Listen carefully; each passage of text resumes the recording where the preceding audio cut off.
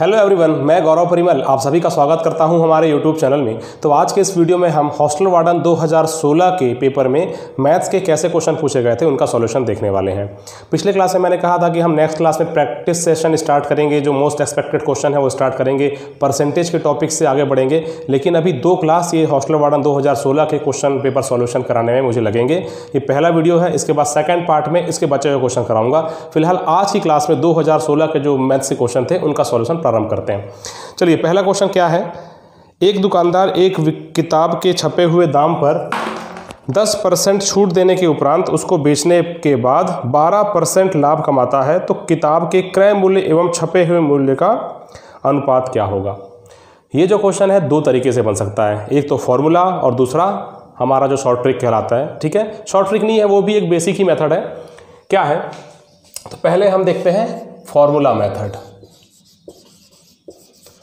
Formula method क्या कहता है, जैसा कि मैंने क्लास में बताया है MP/CP।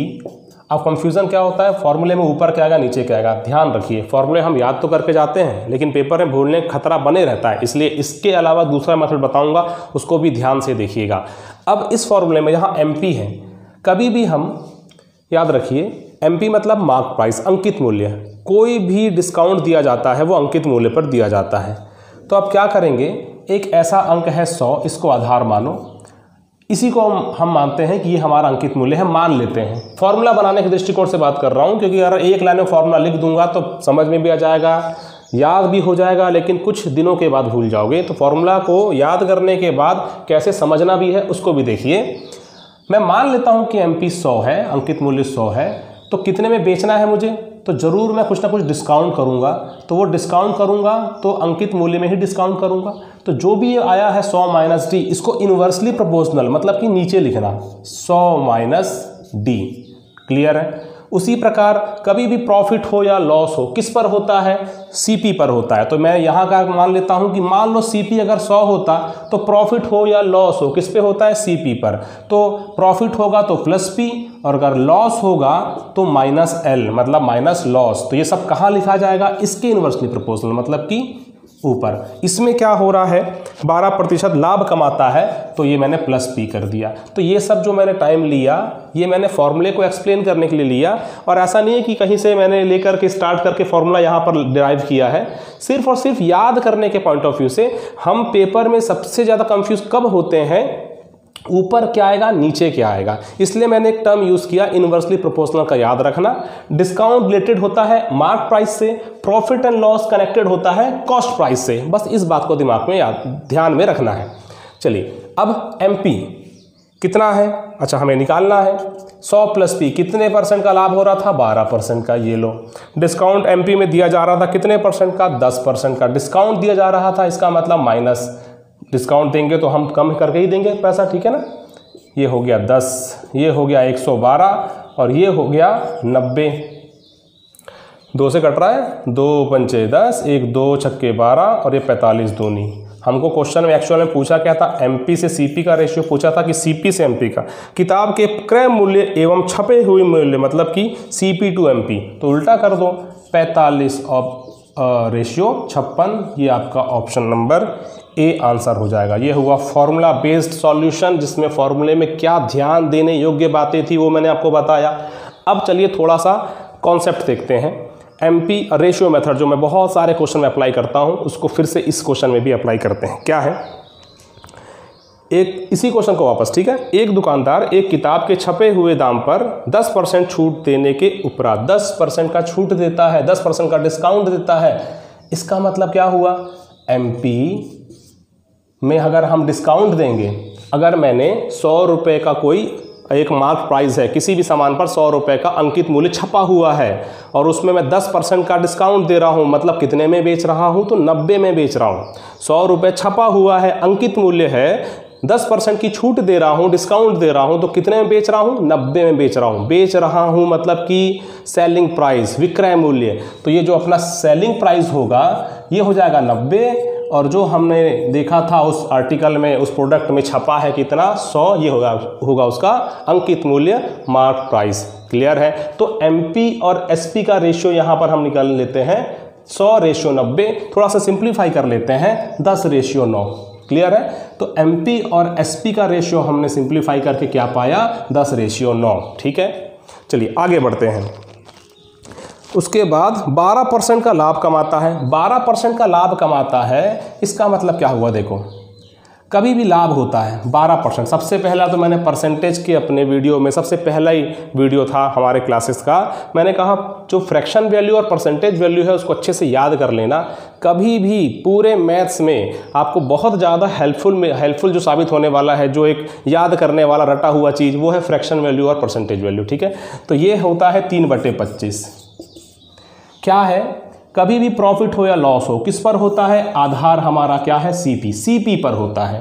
इसमें क्या हो रहा है? प्रॉफिट हो रहा है। तो ये 3 रेशियो किसको बताता है? प्रॉफिट को। 25 में खरीदा, 3 का फायदा हो गया। 25 में खरीदा, 3 का फायदा हो गया। इसका मतलब कितने में बेचा होगा? तो 28 में बेचा होगा। कितने में बेचा होगा? 28 में।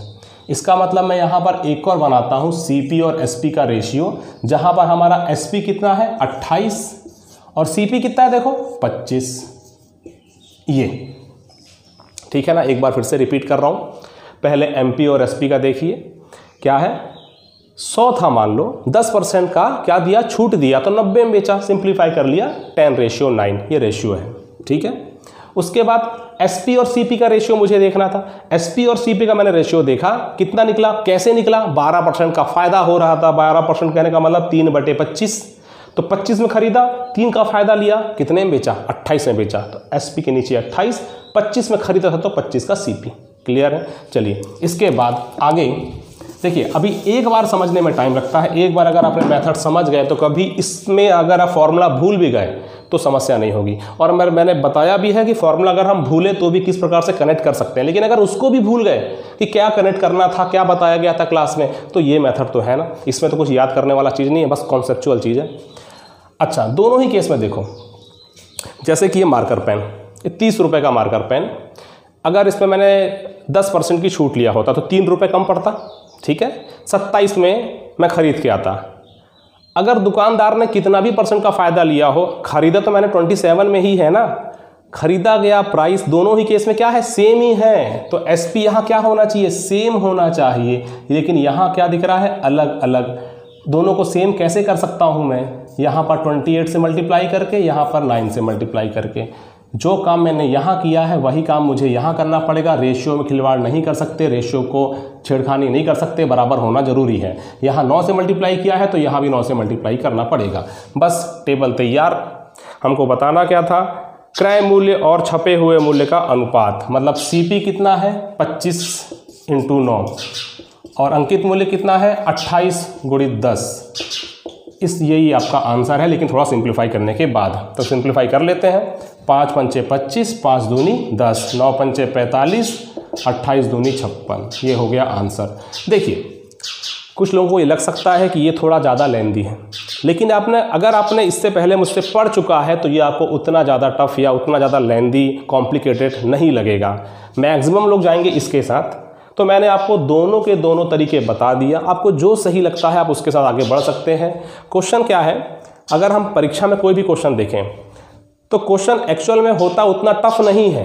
अगर हमारी तैयारी, हमारे मेथड अगर आउटडेटेड है, हम पहले से पुरानी मेथड को अप्लाई करते जा रहे हैं, तो हो सकता है कोई सिंपल सा क्वेश्चन भी हमें टफ लग जाए। अगर आपको नए मेथड देखना है, कुछ नया सीखना है, हर क्वेश्चन को सॉल्व करने के कम से कम 2 से 3 तरीके देखना है, तो आप क्या करेंगे? प्ले स्टोर में ऐप है भूपेंद्र मिश्रा, इसमें जाना है।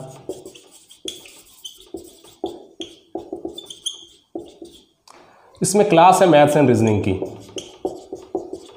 इसमें मैक्सिमम क्वेश्चन को रेशियो मेथड से, फिर फॉर्मूला भी लगाया गया है। जहाँ जहाँ लगता है फॉर्मूला लगाने की आवश्यकता है, नीड है, वहाँ लगाते हैं। जहाँ कॉन्सेप्ट है वहाँ कॉन्सेप्ट लगाते हैं। जहाँ लगता है कॉमन सेंस है वहाँ कॉमन सेंस भी लगाते हैं। तो ये क्लास है 1499 की, लेकिन अभी ऑफर चल रहा है। जैसा कि हॉस्टल वार्डन का पेपर है, शिक्षक भर्ती का पेपर है, तो हॉस्टल 30 ये कूपन अप्लाई कर दीजिएगा, आपको ये प्राइस 1049 में अवेलेबल हो जाएगा ये क्लास। ठीक है, इसके अलावा इंग्लिश की क्लास है जो कि 499 है, और टॉपिक वाइज टेस्ट सीरीज़ है 170 की। 17 टेस्ट मिलेंगे आपको, उसमें टोटल हर टेस्ट में 30-30 क्वेश्चन, उसमें आपको प्रैक्टिस बहुत अच्छी हो जाएगी। अगर हाई लेवल का चाहते हैं जिसमें आपको तैयारी करने के लिए अच्छे लेवल क्वेश्चन मिले तो वो भी 99 रुपीज़ में अवेलेबल है, उसमें 10 टेस्ट हैं। इसके अलावा जो शिक्षक भर्ती और सहायक शिक्षक भर्ती प्लस हॉस्टल वार्डन का जो कंप्लीट कोर्स है, व्याख्याता का जो कंप्लीट कोर्स है, वो भी हमारे ऐप में अवेलेबल है। आप जाके भूपेन मिश्रा ऐप में चेक कर सकते हैं। ठीक है, चलिए आगे बढ़ते हैं, क्लास को आगे बढ़ाते हैं। और ये सब चीज़ के बारे में कहीं भी कोई डाउट आता है या फिर कोई आपके मन में सवाल है तो इस नंबर पर कॉल कर सकते हैं 9329383645, इस पे कॉल कर सकते हैं जो भी जानकारी आपको हासिल करना है। चलिए आगे बढ़ते हैं। नेक्स्ट क्वेश्चन क्या है, एक संख्या x दूसरी संख्या y से 25% अधिक है। देखिए वही मेथड क्या है, एक संख्या x y से 25% अधिक है, 25% अधिक है, 25%, इसका मतलब 1/4। ठीक है, 25% का मतलब 1/4। अगर y है 4, अगर y है 4 तो उससे एक अधिक मतलब कितना, 5।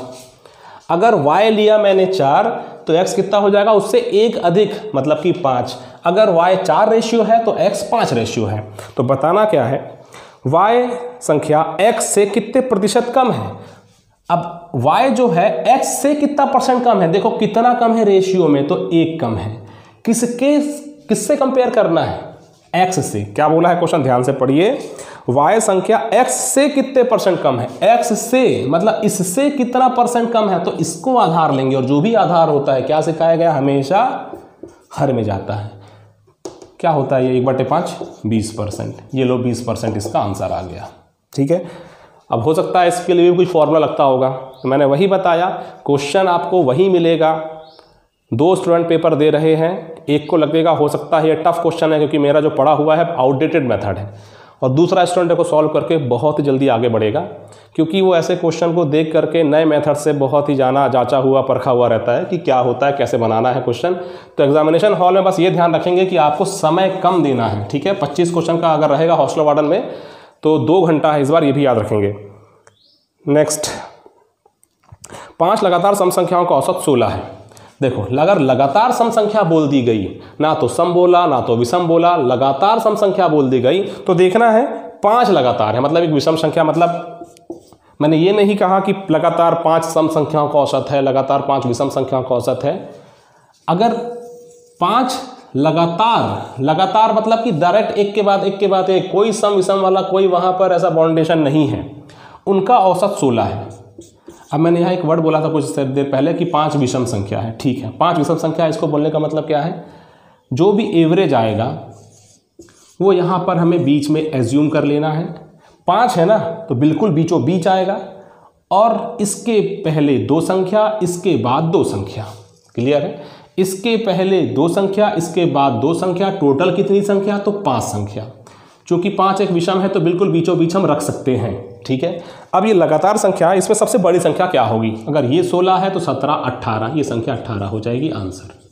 बस आगे, किसी जार में लाल, सफ़ेद और नीले रैपर वाले टॉफ़ी रखे थे। अगला क्वेश्चन देखते हैं। किसी जार में लाल, सफ़ेद और नीले रैपर वाले टॉफ़ी रखे थे। लाल रैपर की संख्या सफ़ेद रैपर की 4/5। सफ़ेद रैपर की, तो W बराबर लाल रैपर की संख्या मतलब कि रेड रैपर की संख्या सफ़ेद रैपर की 4/5, इसकी 4/5। तो इसको मैं नीचे ला लेता हूँ, थोड़ा सा एक रेशियो जमाते जम जाएगा। तो मैं एग्जाम क्वेश्चन में रेशियो में सॉल्व करता हूँ, इजी पड़ता है। ठीक है, और सफ़ेद रैपर की संख्या नीले रेपर की संख्या से मतलब ब्लू की 3/4 है, ब्लू की 3/4 है। तो ब्लू मतलब कि यहाँ नीचे ला लो और ये रेशियो बन गया 3/4, कुल 470। क्या बचा क्वेश्चन में, कुछ नहीं। चलो R रेड, वाइट और ये ब्लू, R और W का रेशियो कितना है, 4/5, 4/5। W और B का रेशियो 3/4, 3/4। ऐसा अलग अलग रेशियो होता है तो अनुपात समानुपात में क्या बताया गया है, ज़्यादा कुछ नहीं सोचना, इसको बोलो तुम आगे बढ़ो, इसको बोलो तुम आगे बढ़ो। जो लास्ट में होगा वो एक सीट खिसक जाएगा, जो इधर होगा वो एक सीट पहले आ जाएगा। आपस में मल्टीप्लाई कर दो, तीनों का रेशियो मिल जाएगा। 4 तिया 12, 5 तिया 15 और 5 चौके 20। और कुछ सिंप्लीफाई तो हो नहीं सकता। यदि कुल 470 रैपर हैं कुल, तो 15 12 27, 27 और 20 मतलब कि 47। ये देखो कितना वैसा ही क्वेश्चन मिलेगा, बिल्कुल अंक मिलते जुलते हैं। कुल 470 रैपर हैं, एक रेशियो बराबर कितना आ गया 10। तो नीले रैपर कितने हैं? नीले रैपर नीला ब्लू 20, एक रेशियो बराबर 10, 20 रेशियो बराबर 20 गुणित 10 मतलब कि 200। कमेंट करके बताइएगा आपको जो सॉल्यूशन मैं बता रहा हूँ ये इसके मेथड कैसे लग रहे हैं, क्या ये कुछ नए मेथड हैं? अगर लगता है कि कुछ सीखने लायक बात यहाँ बताई गई है तो बिल्कुल लाइक कीजिएगा और चैनल को सब्सक्राइब कीजिएगा जो पहली बार वीडियो देख रहे हैं, ठीक है। नेक्स्ट अगला क्वेश्चन जो मैंने पिछले क्लास में ही बताया था, और ऐसे क्वेश्चन व्यापम के फेवरेट क्वेश्चन हैं, ट्रेंडिंग क्वेश्चन बोलना चाहिए ऐसे क्वेश्चन को, व्यापम के हर एग्जाम में देखने मिलता ही है। यदि कॉफ़ी के दाम में 10% का इजाफा हो जाता है, दाम मतलब प्राइस, 10% का इजाफा हो गया, 10% मतलब 1/10, पहले 10 था, अब 1 बढ़ गया तो 11 हो गया। तो किसी गृहिणी को अपने कितने प्रतिशत अपना खर्च कम करना होगा कि उसको कोई अतिरिक्त खर्च ना करना पड़े, मतलब व्यय समान। इसका मतलब क्या? व्यय अगर समान है तो जो खपत है, कंजप्शन है, जस्ट इसका रिवर्स रेशियो हो जाता है, 10 11 से 10 हो गया। तो कितना परसेंट कम हुआ? देखो 11 से 10 हो गया तो 1 कम हुआ, किसके में? Previous value. ये लो 100 निकाल लो, 11 या 99, 1, ठीक है, 9 सही 1/11, ऑप्शन नंबर ए इस क्वेश्चन का करेक्ट आंसर हो जाएगा। कितना सिंपल सा क्वेश्चन। देखो अब एक और क्वेश्चन जो है next, speed time and distance का बहुत ही शानदार क्वेश्चन। एक ट्रेन किसी यात्रा को बिना रुके 8 घंटे में पूरी करती है। यदि ट्रेन की गति 5 किलोमीटर प्रति घंटा ज़्यादा होती तो ट्रेन उस यात्रा को 6 घंटे 40 मिनट में पूर्ण कर लेती। तो अब ट्रेन की प्रारंभिक गति क्या रही होगी? इस क्वेश्चन को भी हम कैसे बनाएंगे? तो शॉर्ट ट्रिक से बनाएंगे। देखिए वो तरीका क्या है इस क्वेश्चन का, जो पेपर में इसी क्वेश्चन को अगर हम बिना कोई शॉर्ट ट्रिक के देखे जाएं और बेसिक से भी जाएं तो भी बनेगा, लेकिन थोड़ा लंबा हो सकता है। अब समय कैसे बचाना है, देखिए हम लेते हैं टाइम का रेशियो, फिर से रेशियो मेथड बिल्कुल काम करेगा। बिना रुके 8 घंटे में पूरी करती है, ठीक है, बिना रुके 8 घंटे में पूरी करती है, और यदि वो 5 किलोमीटर प्रति घंटा ज़्यादा स्पीड होती उस ट्रेन की तो वो 6 घंटे 40 मिनट में पूर्ण करती। 6 घंटे 40 मिनट। अब यहाँ बात नहीं बनेगी, क्यों नहीं बनेगी? यहाँ तो घंटे में था, यहाँ घंटे और मिनट में था, तो क्या किया जाए, इसको सबसे पहले सिंप्लीफाई कर लेते हैं, सबको मिनट में कन्वर्ट कर लेते हैं।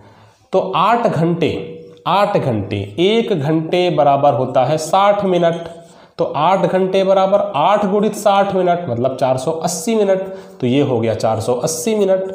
उसी प्रकार ये 1 घंटे बराबर 60 मिनट, तो 6 घंटे बराबर 6 गुणित 60 मतलब कि 360, और प्लस 40 मिनट और हैं, तो कितना हो गया 400 मिनट। तो ये कितना हो गया 400 मिनट। चलो अब इसका रेशियो निकाल सकते हैं आराम से, 0 से 0 गया, 4 8 5 40, 8 6 48, तो यहाँ टाइम का जो रेशियो है 6:5 हो गया, ठीक है। दोनों ही केस में देखो, दोनों ही केस में कहीं पर भी दूरी में कोई परिवर्तन नहीं है। जहाँ डिस्टेंस इक्वल होता है, जहाँ दूरी समान होती है, वहाँ क्या है, इसका जो रेशियो है जस्ट उल्टा हो जाएगा, 5 से 6 हो जाएगा। दूरी समान, अगर मैं यहाँ से जाता हूँ बस स्टैंड, ठीक है, जो कि 3 किलोमीटर दूर है, अगर मैं स्लो जाऊं या कितने भी फास्ट जाऊं लेकिन दूरी तो उतनी ही रहेगी। ऐसा थोड़ी है कि अगर मैं स्लो जा रहा हूं तो वो और मेरे पास आ जाएगा बस स्टैंड, अगर मैं थोड़ा सा तेज चला रहा हूं तो और दूर निकल जाएगा आगे। कभी भी एक डेस्टिनेशन पॉइंट अगर हम दूसरे पॉइंट से कंपेयर करते हैं, दूरी उतनी ही रहती है, और जब दूरी बराबर होती है तो अब यहाँ पर टाइम और स्पीड का जो रेशियो होता है वो इन्वर्सली प्रोपोर्शनल हो जाता है, मतलब उल्टा हो जाता है। इसका जो रेशियो है 6 से 5 है तो 5 से 6 हो जाएगा। जैसा कि मैंने कुछ देर पहले आपको आय व्यय वाला जो क्वेश्चन था, प्राइस कंजप्शन और व्यय वाला जो क्वेश्चन बताया था, सेम टू सेम वैसा ही। वहाँ व्यय अपरिवर्तित, यहाँ दूरी अपरिवर्तित, दूरी समान, तो टाइम का जो रेशियो है जस्ट उसको उल्टा कर देना है, स्पीड का रेशियो मिल जाएगा। अब इस रेशियो के हिसाब से स्पीड जो है कितनी हो रही है, 5 किलोमीटर ज़्यादा होती। स्पीड यहाँ पर तो फिलहाल केवल एक रेशियो ही ज़्यादा हो रही है, लेकिन क्वेश्चन के हिसाब से वो 5 किलोमीटर प्रति घंटा ज़्यादा होती, तो एक रेशियो ही तो यहाँ 5 किलोमीटर प्रति घंटा को डिनोट कर रहा है। अब एक रेशियो बराबर 5 किलोमीटर प्रति घंटा, तो पहले की गति, ये वाली जो गति है पहले की गति, ये वाली गति है बाद की गति, तो पहले की गति निकालना है तो 5 पंचे 25 किलोमीटर प्रति घंटा। आंसर चलो हो गया कंप्लीट। बाद की गति पूछता तो बाद की गति 6 पंचे 30 किलोमीटर प्रति घंटा, और देखो 25 से 5 किलोमीटर प्रति घंटा स्पीड बढ़ाया तो वो क्या जल्दी पहुंच रहा था। ठीक है, 6 घंटे 40 मिनट में ही पूर्ण कर रहा था। स्पीड ज़्यादा तेज होगी तो हम ज़्यादा जल्दी पहुंचेंगे, कॉमन सेंस था इसमें। ठीक है, और ये था आपका शॉर्ट ट्रिक। ठीक है, चलिए आगे नेक्स्ट क्वेश्चन एक आकृति वाला क्वेश्चन है। सिंपल सा क्वेश्चन है, कोई बहुत बड़ा उसमें कुछ है नहीं, सिंपल सा क्वेश्चन। ये है आपकी आकृति, नहीं ऐसा नहीं है, ऐसा है कुछ। ये है 54, ये है 43 और ये है 38। हमको निकालना है x का मान। ठीक है, तो देखो इसको आप कुछ मान लो, ये x है तो ये इसको सबसे पहले तो बराबर करो। ये x मान लिया तो y नहीं मान सकते, x y a भी कर लेता हूँ।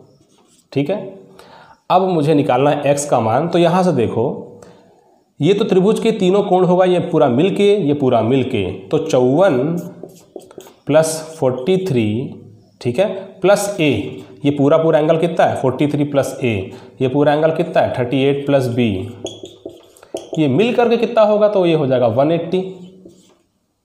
ठीक है ना, मिल करके होगा 180। अब 4 3 7 8 15 5 हासिल आई 1 5 5 10 हो गया 3 13, 135 प्लस a प्लस b बराबर कितना हो जाएगा 180। इसका मतलब a प्लस b बराबर निकालेंगे तो 180 माइनस 135, 180 माइनस 135, इसका मतलब क्या हुआ ये 55। तो a प्लस बी का मान मिलकर के 55 है।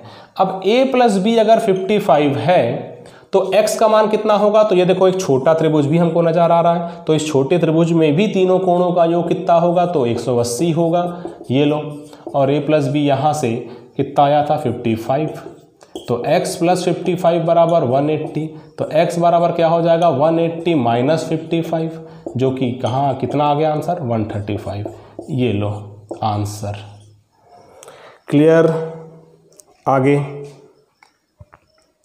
नेक्स्ट क्वेश्चन, एक आयताकार का कागज के टुकड़े को जिसकी माप 22 गुणित 15 सेंटीमीटर है, आयताकार मतलब कि कुछ ऐसा, ये है 22 और ये है 15, लंबी भुजा की तरफ से मोड़ा जाता है, लंबी भुजा की तरफ से मोड़ा जाता है, तो इस तरह बनने वाले बेलन का अधिकतम आयतन क्या होगा। अब उसको इस प्रकार से लंबी भुजा की तरफ से मोड़ा जाएगा, तो ऐसे मैंने इसको रोल कर दिया, घुमाते गया तो ये कुछ ऐसा हो गया, ये तो ये वाला एरिया जब पूरा घूम करके वापस बन जाएगा, ठीक है, पूरा घूम गया तो ये वाला जो है यही तो होगा टोटल 22। इसको मैंने यहाँ से लिया, फोल्ड करते गया और आपस में ऐसा इस एरिया को इससे मिला दिया, तो मुझे ऊपर में एक वृत्ताकार आकृति मिलेगी, ठीक है, जो कि बेलन का एक पृष्ठ होगा, और यही 22 क्या कहलाएगा, इस केस में इसकी परिधि कहलाएगी। तो 2 पाई r बराबर 22 हो जाएगा। तो r का मान हम निकाल सकते हैं 22 बटे पाई इंटू 2। अब पाई का मान हो गया हमारा 22 बटे 7, ये तो 22 से 22 गया, तो r का मान मिल गया 7 बटे 2।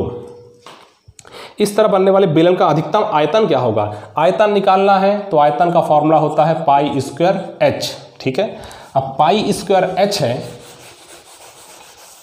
फॉर्मूला बिल्कुल याद होना चाहिए मेंसुरेशन का, तो ये 22 बटे 7, 7 बटे 2, 7 बटे 2, और h कितना है, अच्छा हाइट तो 15 ही रहेगी। अगर ये है बेलन इस प्रकार से मोड़ा गया तो ये वाला टोटल 22 हो गया था, ये तो उतना ही था ना 15, तो हाइट कितनी हुई 15, ये लो 15। अब इसको बस कैलकुलेट करना है, 7 से 7 गया, 2 से 11 गया, 15 7 105, और 105 का गुणा 11 से करना है। 11 से गुणा करने की एक ट्रिक होती है, तो 105 गुणित 11, 11 से कोई भी संख्या मल्टीप्लाई करोगे पहला अंक लिखो, अंतिम अंक लिखो, जोड़ते जाओ। 5 और 0 5, 0 और 1 1, और लास्ट में था 1 था जो मैंने पहले उतार दिया था। डिवाइड करना है 2 से, डिवाइड बाय 2, तो डिवाइड कर दो।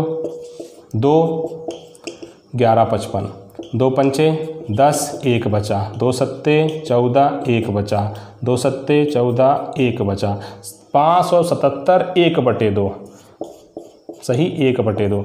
ये आपका ऑप्शन नंबर बी में नज़र आएगा। हमारी जो इसकी जो यूनिट है वो सेंटीमीटर क्यूब सेंटीमीटर है। क्लियर है? चलिए अब और कोई क्वेश्चन, एक क्वेश्चन और लेता हूँ, बाकी का जो क्वेश्चन है फिर मैं नेक्स्ट क्लास में लूँगा। टाइम एंड वर्क से एक बहुत ही शानदार क्वेश्चन, इम्पोर्टेंट क्वेश्चन, उसको देख लेते हैं। क्या है? यदि 7 पुरुष या 8 महिलाएं या 10 बच्चे एक काम को 24 दिनों में पूर्ण करते हैं, प्रत्येक दिन 9 घंटे काम करके, तो 4 महिलाएं एवं 5 बच्चों के साथ कितने पुरुष प्रत्येक दिन 6 घंटे काम करते हुए 18 दिनों में पूर्ण करेंगे इसी काम को? देखिए, सबसे पहला काम क्या है? 7 पुरुष या 8 महिलाएं, 7 पुरुष या 8 महिलाएं या 10 बच्चे एक काम को 24 दिनों में पूर्ण करते हैं। 24 दिन ये भी, सबके सब 24 दिन ये भी, 24 दिन ये भी, और प्रत्येक दिन 9 घंटे, तो 9 घंटे 9 घंटे 9 घंटे। वैसे तो सबको सिंप्लीफाई करेंगे। अब या लिखा है कि 7 पुरुष 24 घंटे 24 दिन काम करता है, प्रत्येक दिन 9 घंटे काम करता है। सेम टू सेम वहाँ पर 8 महिलाएं काम करती है, 24 दिन काम करती है, 9 घंटे काम करती है। सेम टू सेम जो बच्चे हैं, 10 बच्चे आते हैं काम करने के लिए और 24 दिन वो भी काम करते हैं, वो भी प्रत्येक दिन 9-9 घंटे काम करते हैं। तो ये हमको आपस में इक्वल करना पड़ता है। इक्वल करने के बाद पहला टारगेट होता है हमें मैन, वुमेन और चाइल्ड, इसका रेशियो निकालना।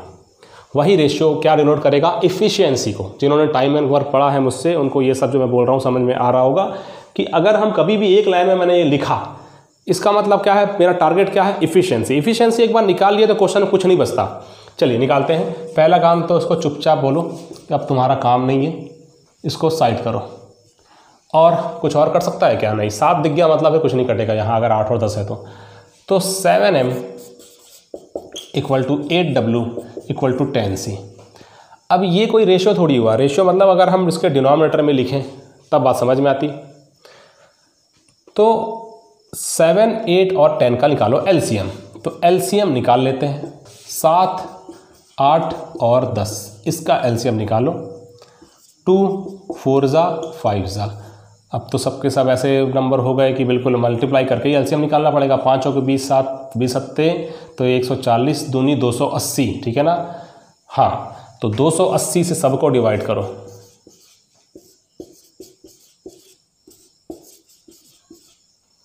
7 चौके 28 0। अब यहाँ से 8 तिया 24, 4 8 पंचे 40, ठीक है? 0 0। मतलब कि जो मैन की जो इफ़िशेंसी है वो यहाँ कितनी है? 40। वुमेन की इफ़िशेंसी यहाँ कितनी है? 35। और जो चाइल्ड की जो इफ़िशेंसी है वो कितनी है? वुमेन की 35 और चिल्ड्रन की 28। ये सब के सब रेशियो में होते हैं, ठीक है ना? ऐसा नहीं कि यहाँ कुछ दिन या घंटे या कुछ ऐसा, इफ़िशेंसी है, रेशियो में लेते हैं। अब हमें यहाँ क्या करना है? किसी भी एक को पकड़ के हम टोटल वर्क निकाल लेंगे। 40 को मैं यहाँ रखूँ तो भी टोटल वर्क उतना ही रहेगा, 35 को यहाँ रखूँ तो भी उतना रहेगा, 28 को यहाँ रखूँ तो भी उतना ही रहेगा। तो मैं एक सबसे पहले वाले को ले लेता हूँ टोटल वर्क निकालने के लिए। तो 40 रखूँगा m की जगह, तो 7 × 40 × 24 × 9। हाँ, यहाँ पर 24 और 9 को होना जरूरी ना, यहाँ काट दिए थे करके बचे हुए चीज़ को लिख दिए, वैसी गलती नहीं करना है पेपर में। ऐसी गलती होती है क्योंकि पेपर में, ठीक है? ये हमारा टोटल वर्क है। इसको करने कौन आएगा? लेकिन अब इसको करने आएंगे 4 महिलाएं एवं 5 बच्चों के साथ। 4 महिलाएं एवं 5 बच्चों के साथ कितने पुरुष आएंगे? नहीं पता, x मान लेते हैं, x पुरुष आएंगे, ठीक है? कितने पुरुष? x पुरुष। कि प्रत्येक दिन 6 घंटे काम करेंगे, प्रत्येक दिन 6 घंटे काम करेंगे एवं 18 दिनों में पूर्ण करेंगे, एवं 18 दिनों में पूर्ण करेंगे। ये लो, ये हो गया। बस इसको सॉल्व कर देना है, लेकिन W और C की जगह ये रेशियो की वैल्यू रखना जरूरी है।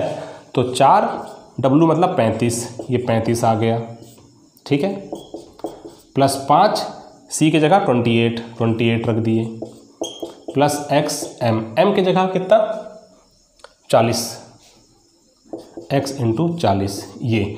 और यहाँ ज़्यादा अच्छा होगा कि काट देते हैं, 9 एकम 9, 9 दूनी 18, 6 एकम 6, 6 चौके 24, 2 एकम 2, 2 दूनी 4। तो यहाँ जाएगा हमारा 7 गुणित 40 गुणित 2, 7 गुणित 40 गुणित 2, 35 चौके 35 दूनी 70, 70 दूनी 140, 140, 28 पंचे 20 पंचे 100, 8 पंचे 40, 100 100 140, ये भी 140 हो गया।